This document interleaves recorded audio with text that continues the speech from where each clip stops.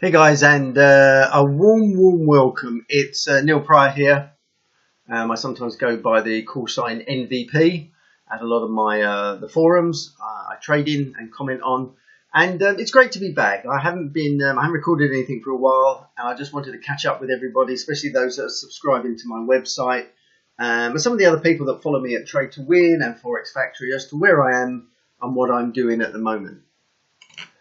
First of all, I just want to assure everybody that there will be some kind of training coming this year. If you go to my website, which you see in front of you, FXCorrelator.com, go to the training area.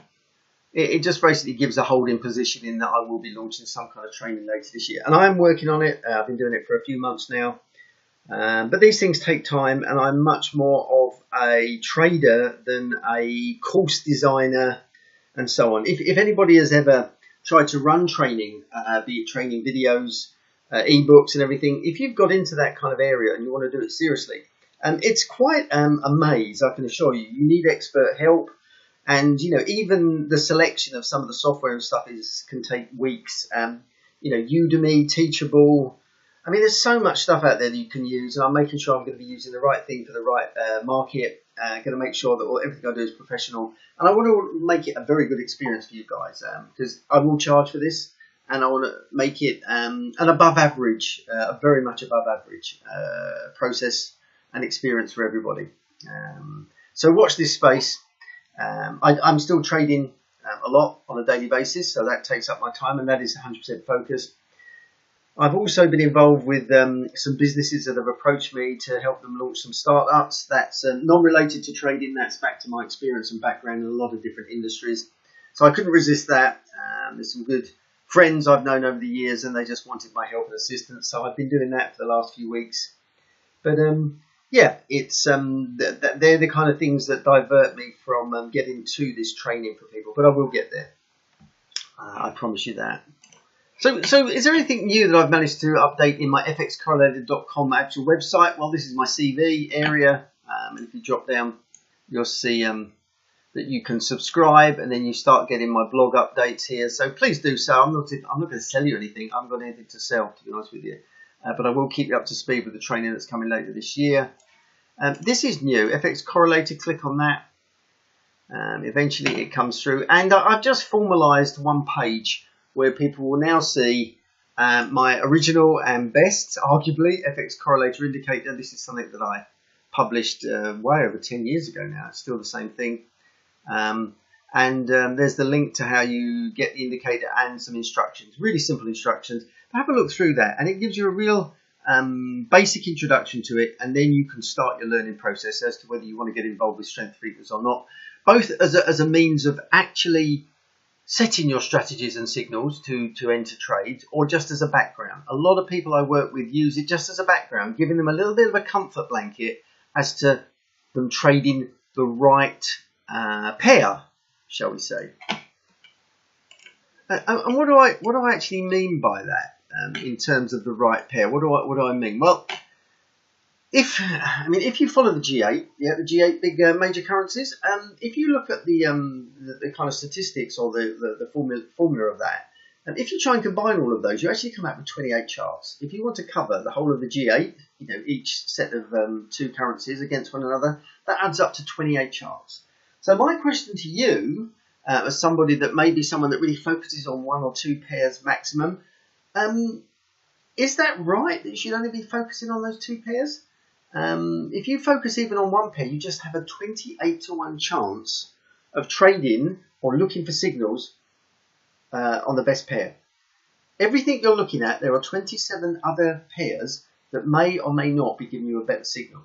And that is why I use strength feeders. That is why I look at something that shows me the whole market of the G8, what's strong, what's weak, and why I use it. So just bear that in mind. I'm not trying to force feed you this, that the indicator I'm offering is actually free. But just be very aware that whenever you're trading, you may be a cable trader that, sterling against dollar, or you may be one of the many people that purely trade euro dollar. And I absolutely accept, if that's what you want to do, great. But remember, if you are a euro dollar trader and you're sitting there day in, day out trading just the euro dollar, there are 27 other currency pairs you are not trading. And I can assure you I can assure you it is very rare that euro dollar is giving the best signal on those 28 pairs. So I'm just putting a big caveat in here. This is the reason I converted everything I do to Forex trading nearly 20 years ago. Because I want to be on the best pairs at the best time. Trading the right pairs at the right time. Okay. So this is the FXCorrelator indicator. Free links and systems is still there. This is my blog. And if I click on there, I've just, you'll see on all the forums, I've just released a blog today. And we're going to talk about this in a minute, actually. The latest blog that I've been doing this morning. I was trading this morning, have been up to this point. And I'm going to give you a bit of an insight on this one, the 16th of May action. I'm going to give you a bit of insight into what this means. I'm just going to go into a bit more detail and show you what I was doing and why I was doing it. And again, we'll talk a little bit more about this 28 charts, why I was on certain pairs only, and not looking at other pairs, okay? So we'll talk about that in a second, and my training there. So, you know, FXCorrelator.com, you know where I am. You can go to, I'm also at Trade to Win. I'm at Forex Factory under the call sign of NVP, which is my initials, nothing fancy there. There is a login button here, guys, but that's just experimental. It doesn't really take you anywhere. Please don't get into all the login. We haven't done that yet.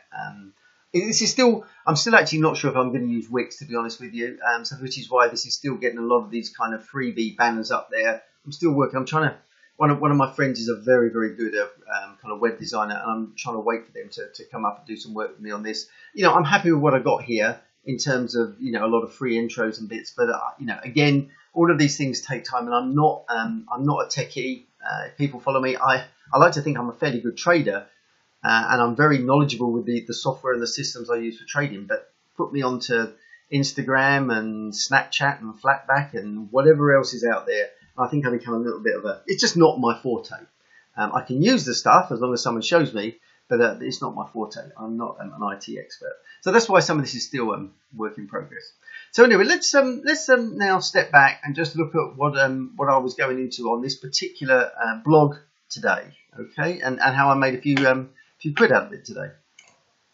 So what you're looking at here is actually the live screen for the post I posted a bit earlier today on all my forums and website.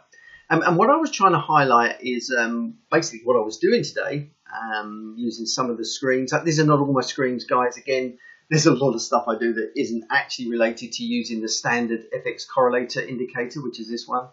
I have hundreds of variations on this, and I use them. And again, I will be teaching some of those. You know, I'll obviously teach people how to use this one, the basic, but I've got many others that I use for certain strategies and certain approaches, which really do, they enhance this. I tend to use this as a backup. But again, today, this really did highlight, you know, how I was viewing the market, okay? So let's just, let's focus on this. So if you focus on the right here, okay, let's focus on the right-hand side here. Let me just expand this a little so that we cover that up for the moment. So what I wanted to highlight today was the FXCorrelator. So if I just get rid of, because you can put this on anything. If you look at the instructions on the website, you can put this on anything. It's the FXCorrelator. It's on a default 20 setting, okay? There's 8 lines on here, and I totally accept it's confusing, but gradually, you know, you can take some of these lines off if you find some of the currencies you don't particularly want to trade. But generally, the more you can get comfortable with this, the better. And really the name of the game, the simplicity of this is very, very simple, okay? Very, very simple. There is a 0 line here. That 0 line shows you the relative strength point at which currencies either become strong above 0 or weak below 0.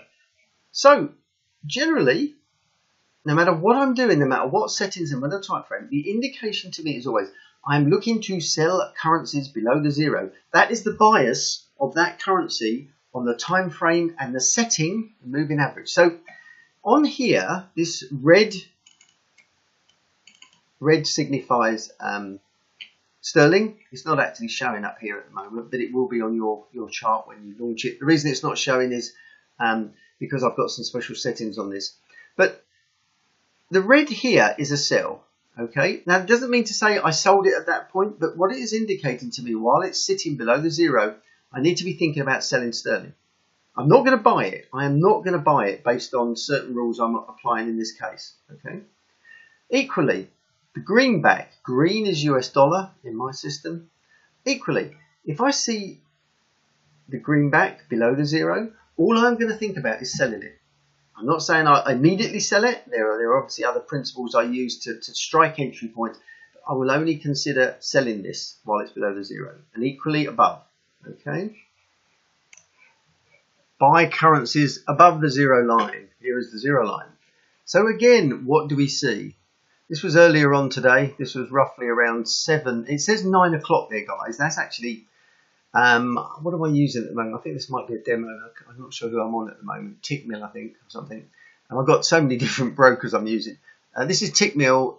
9 o'clock means 7 o'clock BST. This is actually 2 hours ahead of British summer time. So that's about 7 a.m. this morning. When the sun wasn't shining, actually. We all thought it was going to be sunny today, but it's not. But where were we at 7 a.m.? Now, there's a turquoise there. That's the New Zealand dollar. There's the grey Swissy popping up. There's the blue euro. I only look to buy currencies that are above the zero. When I'm looking to pair up a currency here and a currency here, all I am generally doing, there are exceptions, but again, that's much more advanced trading. I'm only going to sell the US dollar here, and I'm going to look to buy against it up here. I'm not going to trade the US dollar against sterling here. Why is that? Because they're both bear. Why would I want to trade two currencies that are both showing bear tendencies? Okay, that's the simplicity of this. So let's talk about what happened earlier this morning. So earlier this morning, I do tend to focus on cable. This is sterling US dollar M5, so this is a 5-minute time frame earlier this morning, 7 a.m. BST, so very similar to here, and obviously we've got it up here as well. This was the post I made, and what you see here, what I said is that between about 7 a.m. BST and roughly about 9:20, so about 2.5 hours, I really wasn't that keen to trade the US dollar and sterling, and that's because predominantly during that time, and we saw this. If you come over here and have a look, can you see how for the predominance of this time period, this is all the way through here, can you see how the green dollar, red sterling were both below zero?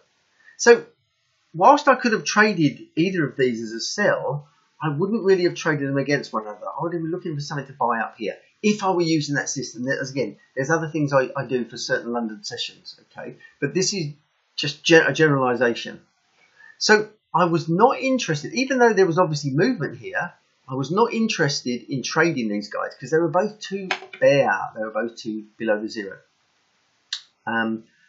There was a change, and again, let's just expand this up. I mean, after about, well, that would have been 9:20 BST, after this dotted line here, it moved into a sequence where I really wanted to sell cable. And there's a 25-bit drop there, probably over the next 2 hours or so. This was, now I'm not saying I made a fortune, because I was obviously looking to generally scalp this area. But the opportunities here, it opened up for me to really look for scalps. Again, I'm not going to go into the precise details here on how I enter trades, but they're fairly straightforward like a lot of people do. That's when I step back into more conventional trading using price action and other techniques. And it comes as no surprise what I'm kind of would have been looking for here will be some kind of signal that the trade is coming back into the sell trend. So clearly anything where there's small pullbacks, then I'm going to look to try and come in. So along here, I was looking to do, there was probably 2 or 3 scalps in there. And again, I won't go into detail. And they're probably up to 5 to 10 pips each time, over a 25 pip range. So that was what I was doing this morning. Let's just reinforce that a little bit more. I've expanded this morning again. Here we are. This is 7 a.m. BST. This is about 9:25, 2.5 hours later. So can you see? Here we are. Don't want to trade this. I don't want to trade this area. I don't care that it's drifting down. The reason it's drifting down is that sterling is actually a lot weaker than the US dollar on the 20 moving average. There's the 20 moving average there. So it shows you what's going on here. So I don't want to play. When do I want to play? Well, based on certain criteria, the reason I'm going to start thinking and playing these guys is if one of these gets above the zero. When was that? It hit the zero there. Now, I know it hit it here earlier, but bear in mind that dollar was above it. You see how sterling was above there? So this really wasn't anything happening. There was possibly some buys here because they were the other side of the line, but this wasn't anything, and this hasn't certainly been anything. This is where we see a potential that US dollar is going to rise and go into a bull mode. Sterling still falling. In fact, sterling is a very significant seller. It is the strongest seller. This is where I get interested, and this is where I start to consider what I'm going to do. Now, clearly there's a resistance line here as well. So again, as I say about price action. So from now on in until this point, I'm going to put a marker there. You can see how it fell out of the zone here, and they were both the same side again. During this period here, this gap here, this is where I was looking to sell aggressively. And can you guess what I did? I had some choices here. You know, I could have decided, was I going to ignore this support this support line and just go straight through? Was I going to wait for pullbacks and try and come here, and notice that I am above this kind of area here. Again, you want to put this kind of support resistance area in. Was this where I was kind of trading? So this kind of area here, you know, was I looking to be aggressive out as a breakout? Was I looking to come back into this area and then sell back out through here? And then down here, obviously I've dropped down to, you know, yet another check. And was there a, you know, like a support and resistance area here? Was I coming out of here? I'm not going to go into that detail now. This is good old-fashioned price action, guys. But I will say that these are the kind of things I look at. But I'm looking at a lot of things when I'm trading. And did I continue here? Okay. See, this drops out here. But now it drops back in again. You see how it pops back in here? So should I have just come here again? And actually at this moment, again, we're starting to nullify. So that's just one pair. Remember, that's one pair of 28 combinations. These guys up here can give you 28 pair combinations to think about. This was just one that I could have been trading today. And believe me, I was trading others as well. But again, I'm just trying to focus you on one here and just showing you some techniques to make money. I did make money this morning. If we step back a little bit here, during this period when these two guys were selling, clearly what I was trying to do is work both of these as sells. You know, I can sell the sterling here, but there's plenty up here potentially I can buy into sterling, which is going to make me more money than the dollar. Similarly with the dollar, as I was below the zero with the dollar here, I'm trying to work stuff up here. I did work some CAD earlier. I worked some euro buys. These are small scalps, guys, because I'm only on a 5 minute. So there was probably a few pips on some of these trades. But really, I do like cable, even though I should be looking at all 28 pairs. I do like cable a lot, especially London morning session, and I got onto it later on. How's it going at the moment? Well, we're just popping back into potentially a sell mode here because dollar's fallen. Sterling has come below the zero again. But this is all quite marginal, and I'm very aware of that. This is quite flat. There was a massive sell-off of euro earlier, which I had.